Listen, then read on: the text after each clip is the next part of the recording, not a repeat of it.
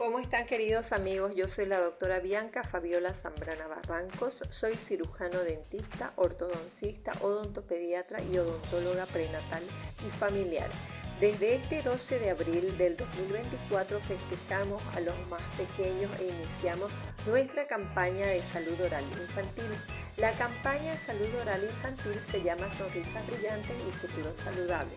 Estamos todo el mes de abril con descuentos del 50% en tratamientos de odontología preventiva como limpieza, florizaciones, sellantes, obturaciones y tratamientos de las encías.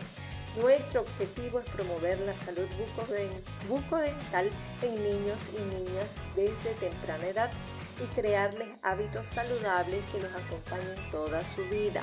Es muy importante que la salud oral sea una parte fundamental en el desarrollo integral de los niños. Las caries dentales son enfermedades crónicas y muy comunes en la infancia. Una mala salud oral puede afectar la autoestima, la nutrición y el aprendizaje en nuestros pequeños. Esta campaña va dirigida a niños y niñas de 0 a 12 años de edad. Pueden asistir los padres, las madres y los cuidadores. Les voy a dar algunos tips claves para los papás. La limpieza bucal debe comenzar desde el nacimiento. Se deben cepillar los dientes 2 veces al día con pasta dental fluorada. Esto es muy fundamental.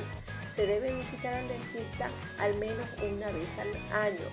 Mejor si es de manera semestral, cada 6 meses. Y en caso de que el pequeño tuviera caries, muchas caries, entonces debe visitar de manera trimestral para hacer control de la salud oral de este pequeño. También debemos decir que una dieta saludable es muy importante para tener los dientes sanos. Bueno, esto sería todo en cuanto a la información de nuestra campaña. Estamos ubicados en la calle Vallivian, esquina Chuquisaca, en el edificio Oriente, en el tercer piso, en la oficina 315. Nuestra página web es doctorabiancazambrana.com. Nuestro teléfono y WhatsApp es 760-46-276. Estaremos encantados de recibirlos, los esperamos.